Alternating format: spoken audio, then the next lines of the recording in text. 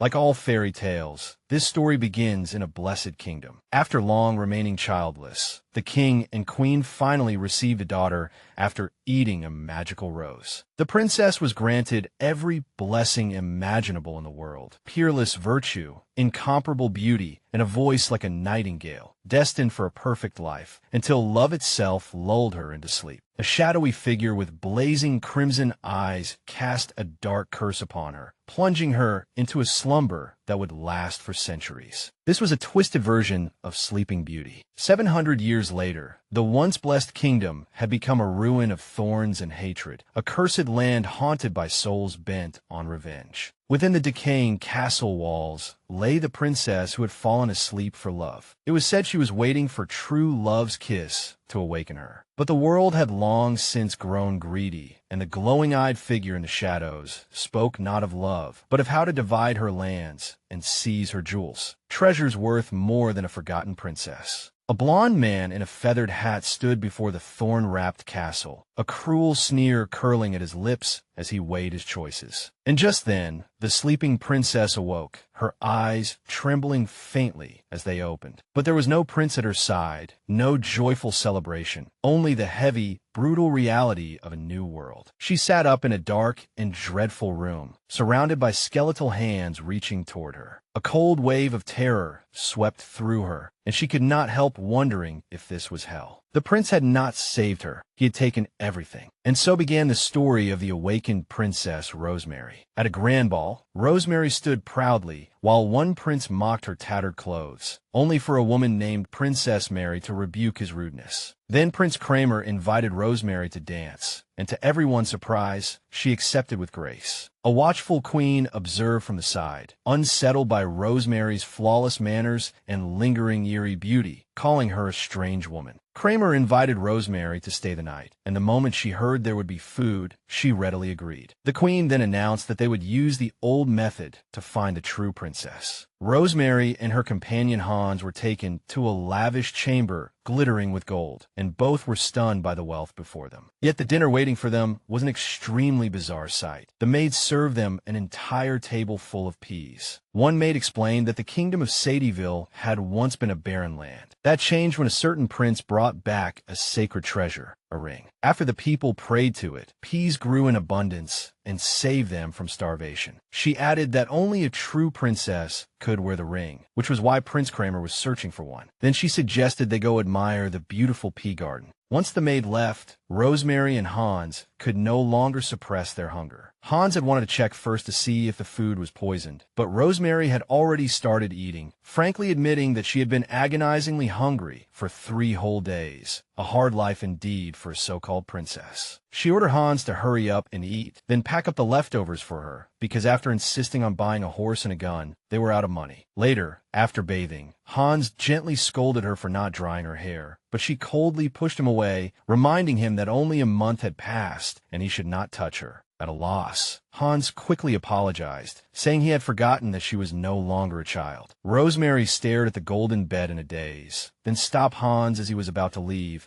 saying something about this country felt wrong and ordering him to sleep beside her for safety. Hans was briefly stunned, then showed obvious disappointment when she pointed to the floor by the bed. Lying on the cold floor, he reminded her that although Prince Kramer was handsome, Princess Lisa looked at her with pure hatred in her eyes. Rosemary brushed it off and told him to go to sleep, but her thoughts were racing. If the kingdom's treasured ring was the one she had lost, then Prince Kramer was the man she had been desperately searching for. The next morning, the other candidate princesses had already begun arguing, with Lisa declaring that Kramer would definitely belong to her. Princess Angel immediately pointed out that Kramer's eyes were clearly fixed only on that red-haired girl. The argument escalated quickly, and every princess revealed her reason for desperately wanting to win. Before long, all their hostility turned toward Rosemary, the ragged girl who had barged into their palace. At that moment, Rosemary appeared and calmly asked whether they were talking about her. She apologized for being late and casually shifted the blame onto her clumsy servant Hans. Angel explained the princess test. To choose the true princess, each candidate had to spend a night in a room prepared by the queen, and no one had ever passed this test. The princesses who failed either became maids or were banished. a fate that terrified Princess Emma. Angel smugly announced that she would be the first to take the test that night. Lisa flew into a rage, but Angel merely laughed it off, claiming that the goddess of victory stood on her side. The tension tightened further, and Hans urged Rosemary to say something, which she did. Slowly sipping her tea, she calmly declared that she would be the winner. She said she had no interest in being a princess, but she had a reason she absolutely could not lose, and that made her completely different from the others. Angel left with a smile, asking everyone to wish her luck, and then headed for the test room. But her luck ran out in an instant. The queen returned with a grim expression and announced that Princess Angel had failed. The other girls were shocked that it had happened so quickly, while the queen simply told them that Angel had already left. Lisa and Emma immediately fought over who would go next, and the queen chose Lisa. Emma trembled all over, and Rosemary leaned close to her, sternly warning her that if anything felt wrong, she had to run. Run anywhere, she insisted, because the world was vast, and she had every right to leave freely. The words felt especially ironic, however, with endless pea fields surrounding them like a prison. In the lush gardens of the Pea Kingdom, Hans thought of the trial awaiting Princess Lisa and could not help wondering why the girls were so obsessed with becoming princesses. Princess Mary, gazing into the distance, gave a cruelly realistic answer. Because they were not true princesses at all, only ordinary girls born to common families, chasing that tiny possibility. She suspected their families had most likely been paid handsomely for the opportunity. Uneasy, Hans finally gathered the courage to ask her that if she was a real princess, why was she still searching for the prince? Mary did not answer. Her eyes were as desolate as when he had first seen her. The memory suddenly flashed back to years ago, to his journey into the cursed land of Arjesh. At the time, an old man had warned him not to go near that place shrouded in death and thorns. Hans had explained that his purpose was to find the sleeping princess, but the elder had laughed and exposed the legend as a lie. The princess had become a demon, devouring every prince who tried to save her and tearing their hearts alive from their chests. Terrifying as the tale was, Hans kept going, struggling through the labyrinth of thorns. And then he saw her. She appeared not as a maiden trapped and waiting to be rescued, but as a warrior, her red hair burning like fire in the dark. She was even holding an axe in her hand. He saw that she was covered in wounds, and in response to his worried concern, she asked only one despairing question over and over again. Where was her prince? For reasons he still did not quite understand, that encounter eventually made him her servant, a strange twist of fate he had long since accepted. Just as the two of them were lost in memory, the slick-tongued Prince Kramer appeared. With a wave of his hand, he dismissed Hans, then took Mary's hand and led her through the garden, boasting of its beauty before revealing the kingdom's secret. He picked a pea pod, split it open, and inside were two flawless, pure golden pearls. A sinister gleam shone in his eyes as he explained that this was the source of their endless wealth. It was an inexhaustible supply, and if she married him, all of it would belong to her. But the eerie red liquid seeping from the golden peas filled Mary with deep unease. Meanwhile, another princess, Lisa, was preparing for her trial. She forced herself to stay calm and whispered to herself that she had to win this test for the family waiting for her. Kramer's words about the trial echoed in Mary's mind as well. He had promised that after she succeeded,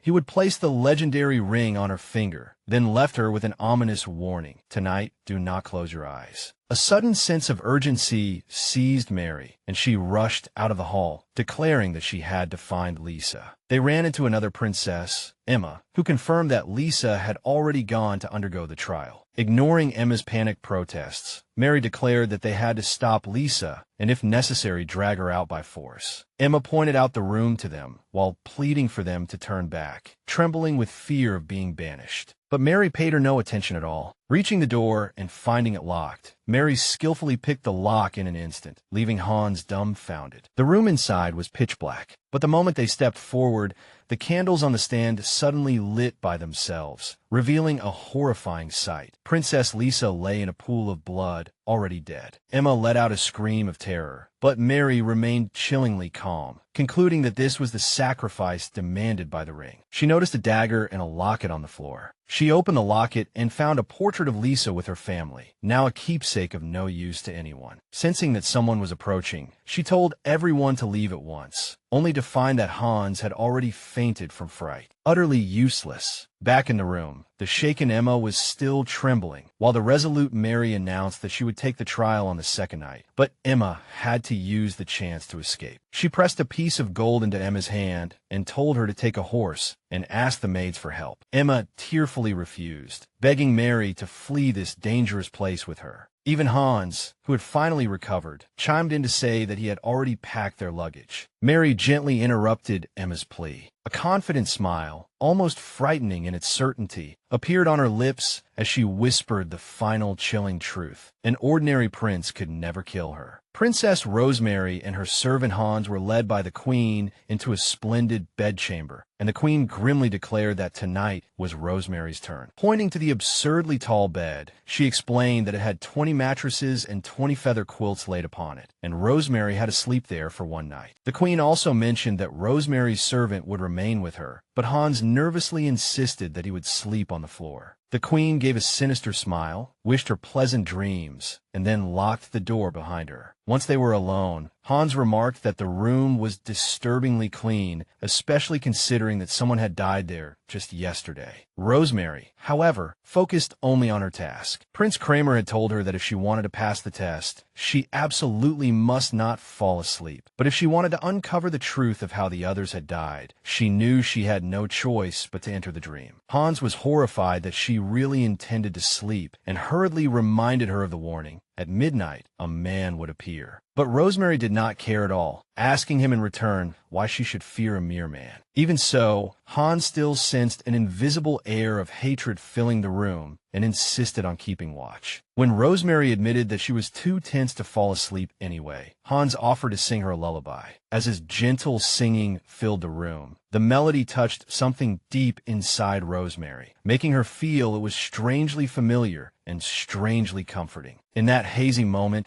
she almost recalled a memory, a young boy singing that very same song. Yet, ironically, Hans himself fell asleep halfway through the lullaby, just as the clock struck 12. The candlelight flickered, and a reaper emerged from the shadows, scythe in hand, ready to bestow an eternal dream. But Rosemary sat upright, fully awake, holding up the candlestick and confronting the culprit who had hunted souls through a bargain with a demon. The light from her candle shattered the reaper's illusion, and the skeletal form collapsed away, revealing the truth beneath, a handsome young man. He recognized her and blurted out the name, Rose. Rosemary narrowed her eyes, confirming that it really was him, the old acquaintance whose hateful face she could never forget. Furious, she demanded to know how many more souls he had to devour before his hollow heart would finally be full. He shrank back. Part of his face had already rotted away, and he begged her not to look at him. But she roared that she would reclaim her memories, find a way to kill him, and make sure Rosemary would never again live inside a dream. The next morning, the queen announced in utter shock that Princess Rosemary had passed the test. Prince Kramer rushed in, and when he heard her casually complain that the bed had been uncomfortable, he took it as ironclad proof of her identity. The king was overjoyed. Kramer immediately declared his love and proposed marriage. The entire court erupted in false cheers, and in Rosemary's eyes, all those smiling faces looked like disgusting golden masks. Later, when the wedding dress was brought before her, she calmly estimated how much it was worth, greatly alarming Hans, who strongly opposed her marrying a man she barely knew. She silenced his objections, ordered him to pack their things, and told him to help her take out the trash, because tonight was the perfect night for an engagement. In the moonlight, she met Kramer wearing the wedding dress. He slipped a beautiful ring set with a red gemstone onto her finger. In the instant it touched her skin, her lost memories came surging back like a violent flood. Her white gown transformed in an instant into a magnificent black dress. She asked Kramer whether he knew that when you gaze into death, death gazes back at you. She said she remembered everything now. That ring was the Reaper's left eye,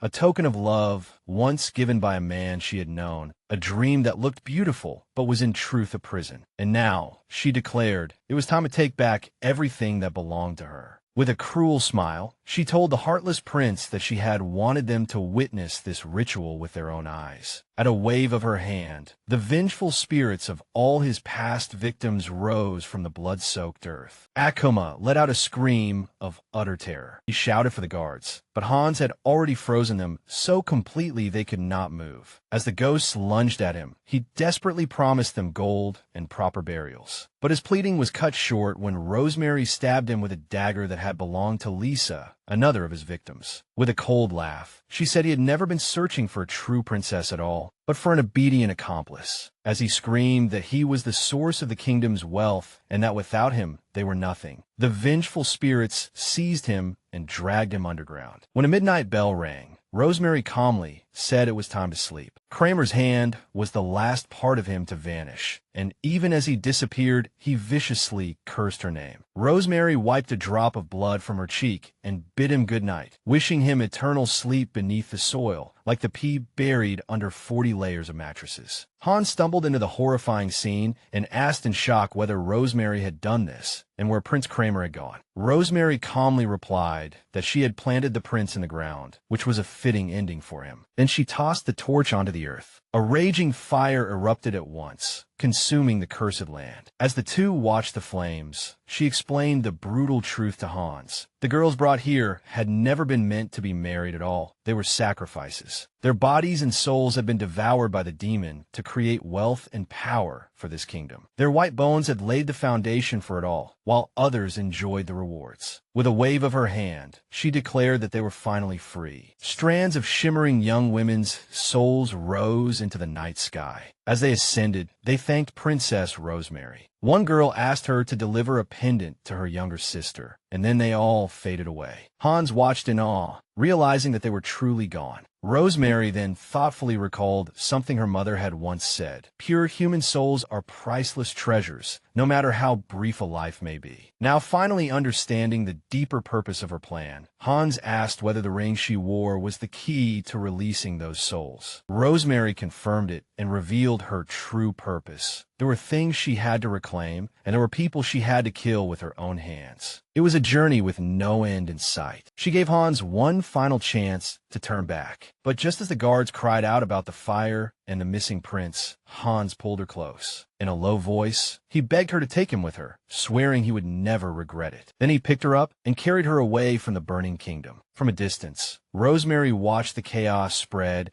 and coldly said that the king and queen would receive the punishment they deserved without any further interference from them. Her prophecy came true at once as panic swept across the land. All the gold the royal family had distributed, from nobles' dining plates to commoners' necklaces, turned into worthless stones. An enraged crowd gathered outside the palace, demanding to know why they had deceived everyone with fake gold. More importantly, they roared for the return of their precious daughters. Rosemary watched it all with a grim expression, bearing witness to the end of the kingdom of Sadwell. Later, she thought of those girls and realized they had not been mere nobodies. They were blacksmiths' daughters, maids, and people with lives and families of their own. She examined a finely crafted dagger left behind by one of them. She hoped that at least Emma had managed to escape, and that from now on she would never again wish to become a true princess. The long journey left her exhausted, so she decided it was time to rest. When Hans asked what they had to eat, both of them looked with disgust at the bag of pea cakes he had been carrying the whole time. Their next destination was the kingdom of Bridget, famous for its militant and warlike nature. At the mention of another prince, a flash of excitement appeared in Rosemary's eyes. She was so weak she was nearly ready to faint, so she told Hans to go find water and food. He quickly found a pond, but a rustling sound in the bushes startled him. It turned out to be a cute little deer, and he happily pointed it out to Rosemary. However, her reaction was completely beyond his expectations. In an instant, she lunged forward and brutally killed the animal with her dagger, startling Hans into a scream. Despite being horrified, they still roasted the meat over the fire, and he had to admit that it really was delicious. As Rosemary fantasized about luxury inns and lavish meals, Hans reminded her that they had no money at all. She gave him a sly smile and revealed a golden pea. It was a gift from Prince Kramer, and the only thing that had not turned to stone. Hans was terrified, realizing that this gold had been nourished with human blood. In his panic, he fumbled and dropped the pea into the pond. With a splash, the golden pea sank into the water. Rosemary grabbed him and forced him to retrieve it. Suddenly, a frog wearing a crown emerged from the pond, holding 2 balls in its hands. It asked her whether the one that had fallen was the copper ball or the silver ball. Rosemary ignored the offer completely, furiously snatched up the frog, and demanded that it return her golden ball. The talking frog startled Hans, but Rosemary did not care in the slightest. She only wanted to wash her hands. The frog offered to retrieve the gold for her on one condition: a deep kiss filled with passion and shared souls. Rosemary stared at it expressionlessly, then turned to her companion and ordered Hans to kiss the frog. Terrified, Hans stumbled backward and protested that he was not interested in men. The frog explained that he was a human prince under a curse, but Rosemary scoffed at the idea of true love's kiss and told him he would be better off staying a frog. Crying out that he was not lying, the frog said he was the Prince of Brigands and had been waiting for 7 years, hoping someone would help him. The name Brigands immediately caught Rosemary's attention. She changed her tune at once and agreed to help him, since she had been planning to go there anyway. She negotiated a new condition. If he really was a prince, then once they arrived, she would give him a goodnight kiss. Overjoyed, the frog immediately retrieved the golden pea. But when Rosemary and Hans prepared to leave, he panicked, leapt onto the hem of her skirt, and begged them to take him along. They still left him behind, abandoning him to sink into despair, afraid that he would remain a frog forever. Then the story shifted to another prince from long ago. In pursuit of power, that prince made a bargain with a being hidden in the shadows. In exchange for the purest soul, he received a clock hand that could transform into the sharpest blade. Back in the present, inside the royal palace of Brigands, a long-haired prince was bathing. At that moment, a panicked attendant rushed in and stammered that the queen had died. The prince's reaction was ice cold. He said that woman had always hated him, then casually ordered that she be properly buried. Faced with his own mother's death, he felt nothing at all. The Queen of Brigands was given a very simple funeral, quietly laid to rest in the flower field she loved most. To the king, however, it was nothing but a nuisance. He dismissed his dead wife as an unstable old woman and said her lifespan had simply run out. He soon turned from boredom to war and decided it was time to teach the Etherian Empire a lesson. His son, Prince Laser, stood proudly, boasting that his magic sword made him invincible on the battlefield. Meanwhile, the king was already considering taking a new queen, convinced that none of the noble ladies were worthy. At the same time, his daughter Egwene mourned her mother alone. Her grief stood in stark contrast to the palace's cold ambition. In the shadows, Laser watched it all with a twisted smile, unusually fascinated by such naked human desire. The king walked over to his daughter with a disturbingly possessive manner, lifted her chin, and praised her growing beauty. This sickening declaration sent a chill down Egwene's spine. Meanwhile, rain began to fall, and the atmosphere in the nearby town was equally grim, thick with forcibly suppressed silence. To Rosemary and her companion Hans, the scene felt depressingly familiar, but the silence was soon broken by a royal decree. All boys aged 12 and above were to be conscripted into the army in preparation for the coming war. A mother's desperate pleas were completely ignored as her young son was torn from her arms, his screams echoing through the square. Rosemary watched coldly, feeling that the cruelty of this kingdom was much like her own. Just as Hans pointed out that something even crueler was about to happen, a public execution began. A man condemned as a deserter knelt and begged for mercy, but his pleas earned only contempt. Then the guillotine blade fell swiftly, and his severed head was kicked aside like garbage. Hans was horrified and urged the princess to flee this mad country at once. But Rosemary's interest had been piqued. She told him that the more diseased this place was, the more she wanted to meet its prince. And since the king was searching for a new queen, it was the perfect opportunity. Their watching did not go unnoticed. Guards quickly surrounded Hans, deciding he was strong enough for military service. As he begged Rosemary to save him, she leaned close and whispered in his ear, ordering him to play his role well, gather information, and find out whether this country had any treasures worth taking. After one final cold warning, not to lose his head, she watched him be dragged away with a faint smile on her lips. Now alone, Rosemary disguised herself as one of the candidates for the new queen and slipped into the palace. When the king and Prince Laser finally appeared. Laser's gaze inexplicably locked onto Rosemary. The flash of ruthlessness in her eyes caught his attention, though he immediately dismissed it as an illusion. However, the king then announced something horrifying. He dismissed all the candidates and declared that he would marry his own daughter, Princess Equine. The entire court fell into shocked silence, but one voice cut through the tension and said firmly, "I refuse." The speaker was Equine, wrapped in the skin of the king's most beloved possession. It was that magical donkey. The king flew into a rage, demanding to know why she had killed his most precious animal and made herself so ugly. But his anger only drove her deeper into despair. He ordered her seized, but she screamed for everyone to stay back and pressed a red glowing blade, the magic sword, to her throat. Rosemary's eyes narrowed sharply, clearly recognizing it. Equine threatened to die together with everyone there. Laser panicked and urgently begged her not to let her blood touch the blade. But Rosemary moved faster. She shoved the prince aside, told Equine to run, and promised to handle the rest. Once the princess had left, Rosemary held her dagger across Laser's throat and cursed him as a liar who deserved to have his head cut off. With a flash of cold steel, she slashed his neck, then leapt through the shattered window, leaving chaos behind. Laser clutched at his throat, but the wound miraculously healed on its own.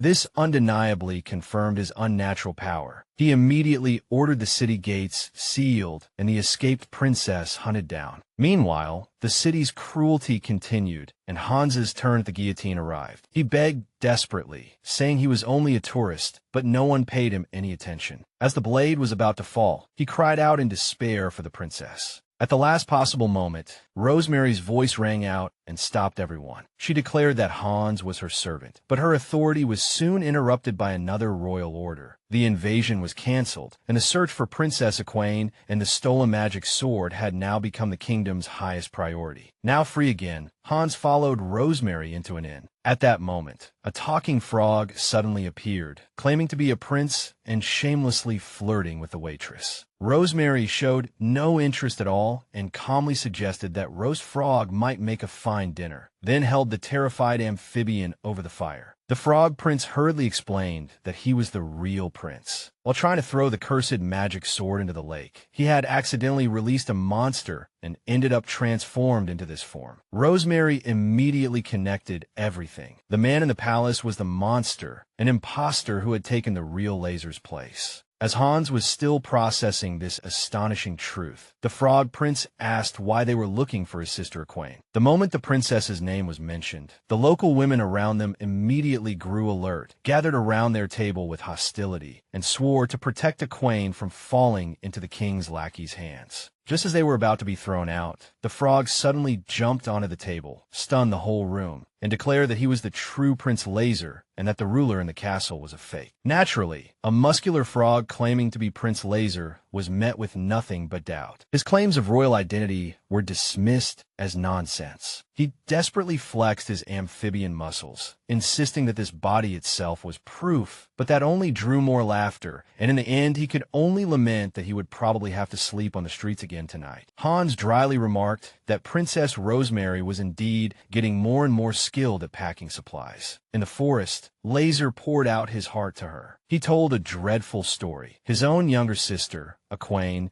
had supposedly killed his beloved pet Saren and stolen the magic sword. And the reason for that betrayal nearly broke him. Their bastard father, the king, had actually declared that he intended to marry her. The overwhelming despair crushed him completely, and he broke down in tears, choking out that he was a failure unworthy of being a prince, because he had failed to protect either his mother or his sister from tragedy. Hans calmly pointed out that this frog might be useless, but the person who could stop all of this was standing right in front of him. Rosemary's expression remained as cold as stone as she clarified her motives. She had come here to reclaim what belonged to her, recover her memories, and kill someone who needed to die. She coldly warned Laser that if he really was a prince, then she would eventually kill him too, so he should not mistake her for a savior. Faced with such a threat, the Frog Prince only became more desperate, begging Rosemary to save Equine and even offering his own life as payment. He even puckered up, wanting to seal the promise with a kiss, but she refused bluntly at once. Their search for the missing princess led nowhere. since the townspeople were too frightened to speak of her. After that, Laser took them to a secret place from his childhood. It was an abandoned garden with a dried-up fountain in the center. Hans pointed out a patch of beautifully tended carnations. He said that this flower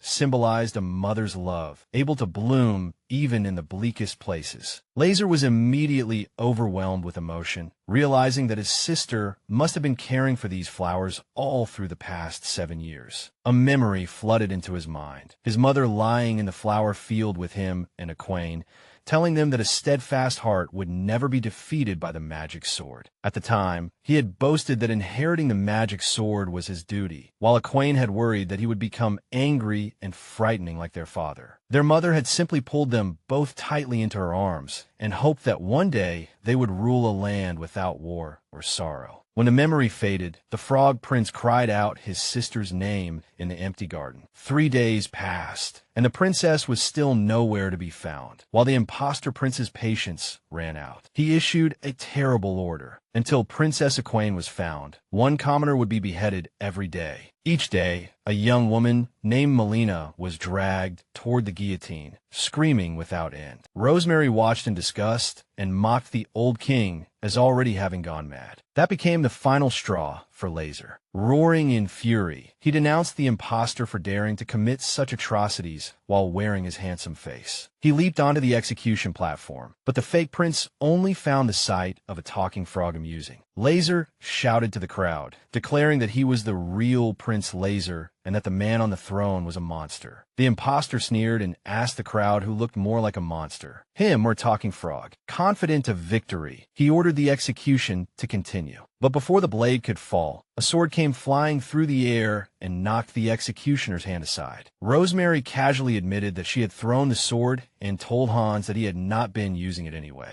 The imposter's disguise cracked with rage, and he declared that he normally did not lay hands on beautiful women, but she was obviously an exception. He drew a pistol, and Laser recognized it at once as his own gun. Hans stepped forward to protect Rosemary, knowing that the moment he used magic, his location would be exposed, but he had no other choice now. Just then, a voice suddenly came from above, ordering everyone to stop. On a nearby rooftop stood a figure draped in a donkey skin cloak, holding the magic sword. It was Princess Egwene. The imposter ordered the guards to seize her, while Rosemary praised the princess's remarkable courage. Egwene turned and ran, soldiers chasing after her until they drove her to the edge of a towering cliff. Facing her pursuers, she admitted that they were only following orders, but still declared that this sword must never fall into her father's hands. As a princess, it was now her duty to end everything. Without hesitation, the imposter raised his gun and fired, coldly saying that he had no need for a disobedient sister. Though wounded, Egwene remained standing, tears in her eyes and defiance in her heart. She swore that she would never let the demon have its way, then sliced open her palm with the cursed sword and made a pact in blood, offering up her soul in exchange for the rebirth of the land. With her sacrifice, a horrifying skeletal reaper emerged from the sword. The being whispered to the terrified Egwene, tempting her to drive its sharp tip through her own body. Just as she recoiled in fear, Rosemary suddenly appeared at her side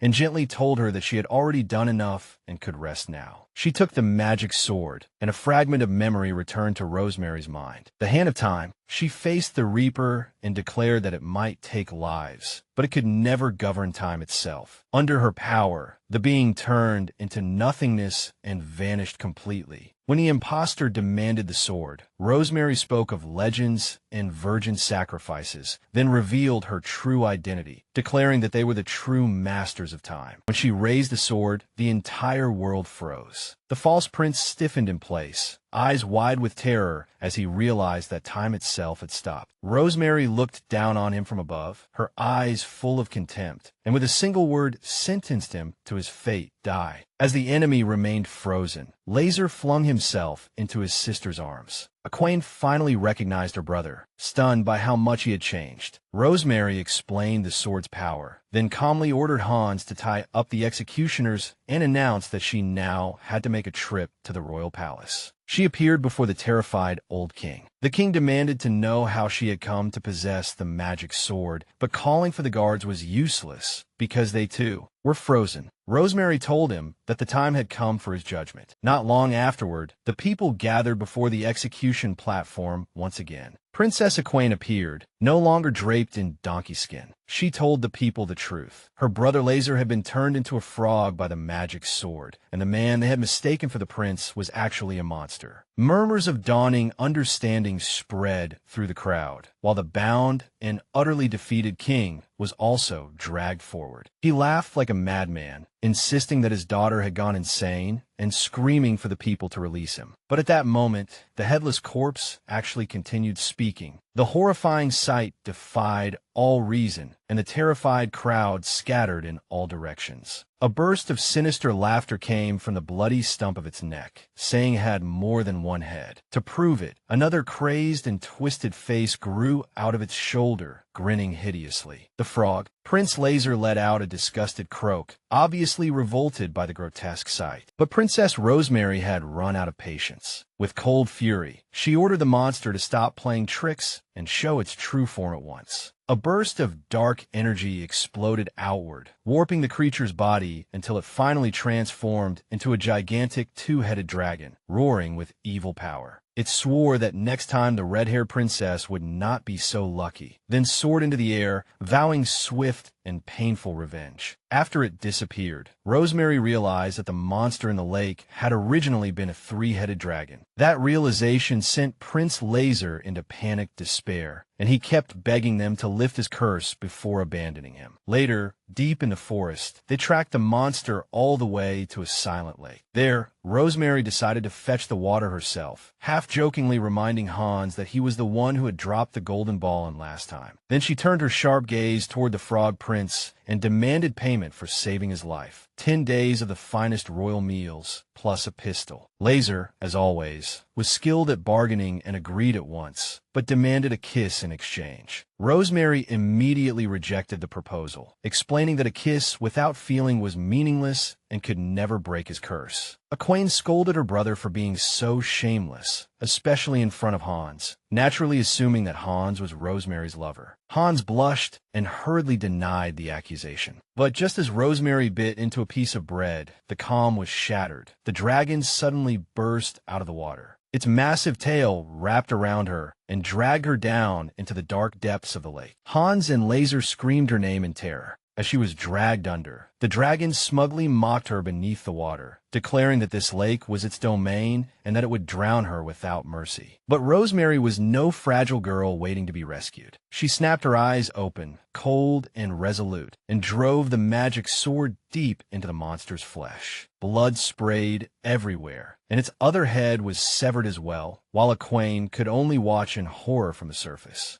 Rosemary suddenly felt something strange. Her body was beginning to dissolve, turning into strings of rising bubbles. The last dragon head sneered and declared that it had finally discovered her greatest secret, a curse-born fear of water, so severe that it could leave her completely unable to act. The memory of that curse struck her like a blow. She saw a furious witch storming into her baptism ceremony. She had cursed her and her descendants so they could never return to the water, and that on her 16th birthday, she would fall into an eternal sleep. Once, a young wizard, a boy who looked exactly like Hans, had intervened and softened death into a deep slumber, one that only a prince's kiss could break. Rosemary scoffed at the memory, dismissing it as utter nonsense. She had once fallen in love with someone else, a prince from the land of dreams, and it was for him that she had foolishly pricked her own finger on the spindle. She embraced the curse and sank into the abyss, determined that regret was a luxury she could not afford. The only thing she could do was keep moving forward. Just then, Hans suddenly dove into the water after her. In the murky water, he reached out to grab her. The dragon mocked this servant's foolish courage, but the instant Hans caught hold of Rosemary, an unbelievable chill spread from his body and froze the monster solid in an instant. Seeing this, Mary also plunged into the water to help. When she reached out to pull Ionite up, she saw a vision, a beautiful woman kissing the frog. It was true love's kiss. Rosemary and Hans burst out of the water, gasping for air, while on the shore, the curse was finally broken. Ionite turned back into a human, becoming a handsome man, and stared at his own hands in disbelief. He and Mary reunited in tears, leaving Rosemary wondering what exactly had happened. She asked about the monster, and Hans reported that it had fled wounded and weakened. Then her eyes fell on his hand, which had taken on a frosty blue tint. He nervously brushed it off, afraid that his secret had already been exposed. At the same time, Ionite grabbed Mary's hands and declared that she was his fated soulmate. But Mary shoved him away, called him ugly, and even threatened to turn him back into a frog. As the family farce continued, Mary explained that their mother had long known he was the real prince, and that was exactly why their father had imprisoned her. Then she smugly recounted how she had disguised herself as a donkey to steal the magic sword. After Ionite went to pay his respects at their mother's grave, Rosemary confronted Hans and demanded to know why he knew she was afraid of water. He admitted that he had seen her a long time ago, when she was still a baby, and confirmed that he came from the land of the immortals. Rosemary swore that she had to go there someday, and he promised to accompany her on the journey. Mary looked at them and asked her brother whether he had feelings for Rosemary. Ionite's gaze softened as he admitted that he did like her, but felt that a woman as dazzling as she was far beyond his reach. Miles away, the wounded dragon, now reduced to a pitiful hatchling, licked its wounds and dreamed of revenge. At that moment, its mysterious cloaked master appeared, and the dragon hurriedly begged for help. But its master cruelly stomped down with a boot and ordered it to shut up. The man's face was finally revealed. It was Rosemary's former prince of dreams. His cold gaze fixed itself on the distance, and a chilling realization surfaced in his eyes, because he had already understood who his true rival was. A mysterious cloaked figure sensed the magic lingering on the pink flowers and realized that her target had passed through not long ago. A smug smile curved at her lips as she whispered that she had finally found him. Meanwhile, elsewhere, a finely dressed frog was endlessly praising the Etherland Empire, a land rich in rare treasures, blessed with gold mines, and most importantly, a kingdom overflowing with beautiful women. This frog was none other than Prince Rast. Rosemary demanded to know why he had turned back into an amphibian again, and he replied that he had simply come to follow his beloved Mary. Her companion Hans explained that the curse on Rast had not been fully lifted, so he could only occasionally turn back into a human. Rast added that since Brigands had already been handed over to Ionite, he now had to travel to the Etherland Empire to sign a peace treaty, and he was willing to help Rosemary find a way to break her own curse. He eagerly offered his services to the princess, but she coldly warned him to stay away from her. Rast did not care in the slightest. Instead, he produced a gift sent by Queen Ionite, a delicate little pistol to help her deal with dangers on the road. Rosemary accepted it for her sister's sake, then immediately appointed Rast as servant number 2 and ordered him to hurry up and dry himself off. As he hopped away, 2 birds on a branch spoke ominously of a tree that was dying, whispering that death was very displeased and wanted someone's soul. Then, Rosemary and Hans went over their finances, and Hans assured her that Queen Ionite had given them enough money to stay at the finest inn. But their conversation was suddenly interrupted when a huge branch snapped and came crashing down to the ground. It landed right in front of Hans. Still shaken, Hans wondered how a perfectly healthy tree could suddenly collapse, while Rast asked whether he had offended anyone lately. A chilling thought crossed Hans's mind. He sensed a faint trace of magic and feared that his location had already been exposed,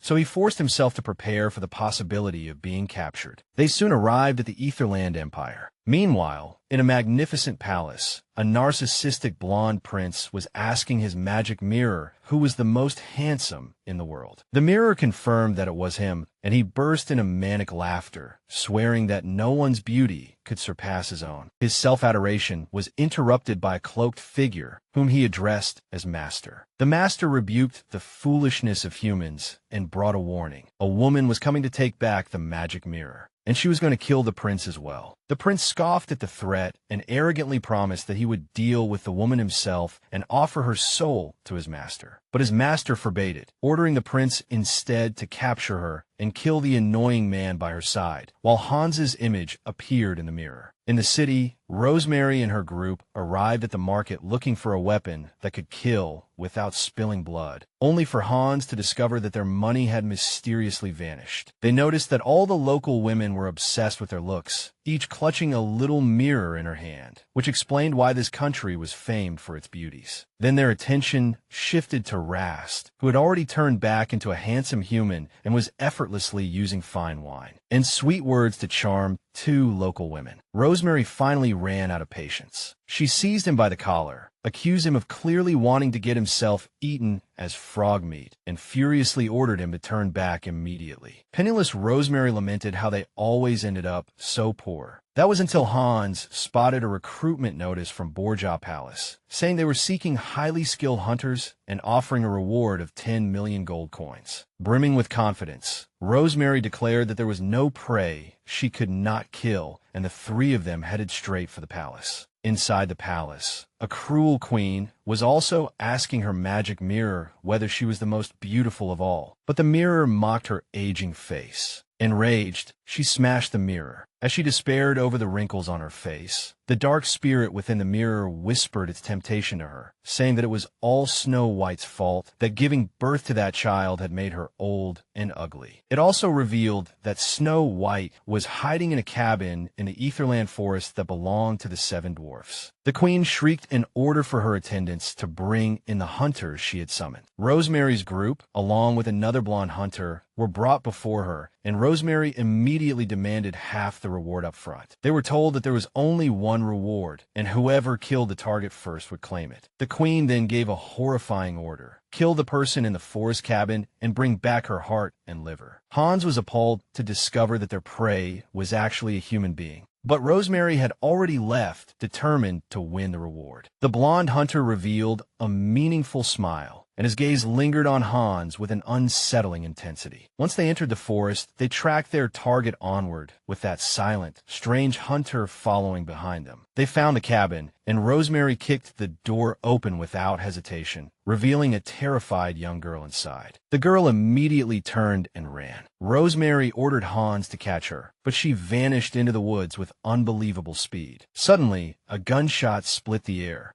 It turned out that the blonde hunter had been hiding in the bushes and had fired at Hans, though he missed. Hans told Rosemary about the attack, and just then Rosemary discovered the girl where she was hiding. She approached her gently, but the wild child suddenly pounced and bit down on her arm. Rosemary flew into a rage, while her companions guessed that the girl might be mentally unstable. However, the growling of her stomach revealed the truth. She was simply starving. Back at the cabin, Hans prepared food for her. When asked her name, she replied that she was Snow White. Rast could not understand why the queen would want to kill such a beautiful child, but his sympathy quickly vanished when, after finishing her meal, Snow White smashed the plate onto the floor and splattered food all over Rosemary's face. Hans and Rast hurried to hold back the furious princess. Snow White only kept laughing, but Rosemary remained calm and focused, reminding them that what the queen wanted was a heart and a liver, and that was exactly what they would bring back. That very night, a group of dwarfs returned to their cabin, celebrating the gold mine they had recently discovered. But the moment they reached the door, they came to an abrupt stop, realizing that someone was inside their home.